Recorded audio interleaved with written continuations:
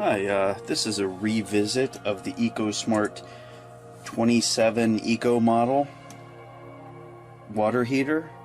Let's see, I've had this thing a little over 5 years, going on 6 years now. So I thought I'd just do a quick little video as a follow-up to talk a little bit about my experience with it. Honestly, it'll be a short video because I haven't really had to do anything with this. It has been pretty much completely maintenance free. It has never failed me other than one time, and we had a real bad thunderstorm, power outage. Power comes back up, and then I noticed, my hot water heater's not working anymore.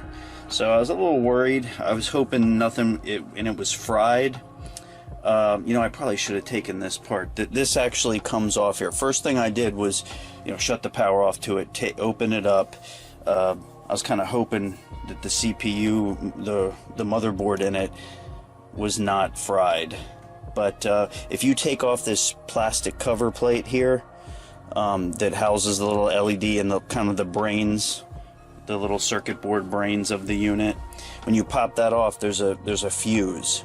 And the fuse powers just the electronics, not the big 240. I mean, it's all 240 volt, but the just to power the CPU, they put a little a separate fuse in it.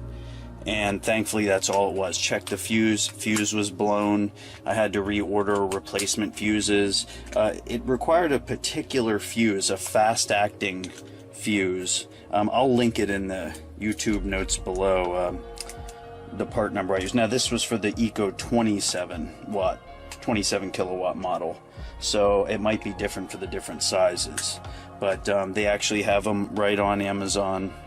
It popped in a new fuse, instantly came right up. No other work than just a fuse replacement. That's the only time I've had to do any sort of maintenance on this thing since I've got it. It's worked perfectly. I saw someone in the comments said that 112 degrees or something wasn't hot enough. Well, this thing maxes out at 140, so you can get it as well hotter than you need. Although I typically go around 115 for me is plenty in Fahrenheit. I think the Department of Energy says, what do they recommend? 118. Something like that. I think not to go over 118 or 120 is the max. So I don't know how hot you really need it, but I've found 115 is plenty hot for me. So that's about it, really. Electricity usage. It's a little hard for me to track because I had a standard electric tank water heater prior to this unit. And when I moved to the on-demand unit, I switched out a few appliances at the same time, energy-saving ones, not just this. I replaced the air conditioning and heating with a split pump unit. So the only bad part about doing that all at once is I really didn't get to see, it wasn't obvious to me the savings, if any, from moving from a tanked unit to this. But I would say don't plan on it saving any electricity over a standard tank heater. Now, it might depend on your usage, too. There's only 2 people here in the house, so we don't use a ton of water. And I didn't see the bill go up, but I didn't see a huge drop. I mean, at least not that I could attribute to this. If you have a gas water heater, I would not recommend switching to an electric. It'll cost you more. Most places in the country, electricity is costing more. Even with a really efficient unit like this, electricity is going to cost you more over a tank unit. So now there are other benefits, of course, which I talked about in the previous video, like unlimited hot water. I mean, as long as you can pump 27, well, it's not always 27 kilowatts. The electricity usage varies depending on the incoming water temperature and the demand. But basically, you don't run out of hot water.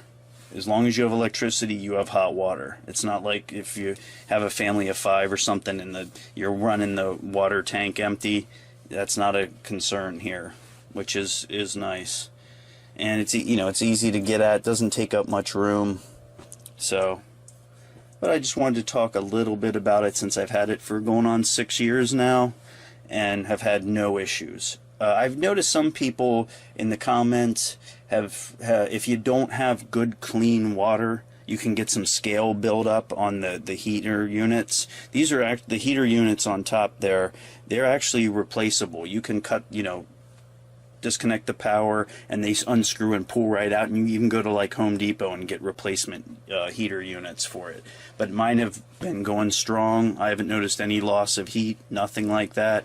Now I do have treated water, so my water is really clean, fully, goes through bunches of filters, salt tank. I have the works, so my water is really clean, so I've never really had to worry about any buildup. But I've heard if you don't have clean water, you can get some scale building up in there that needs to either be cleaned out or heating units might need to be replaced.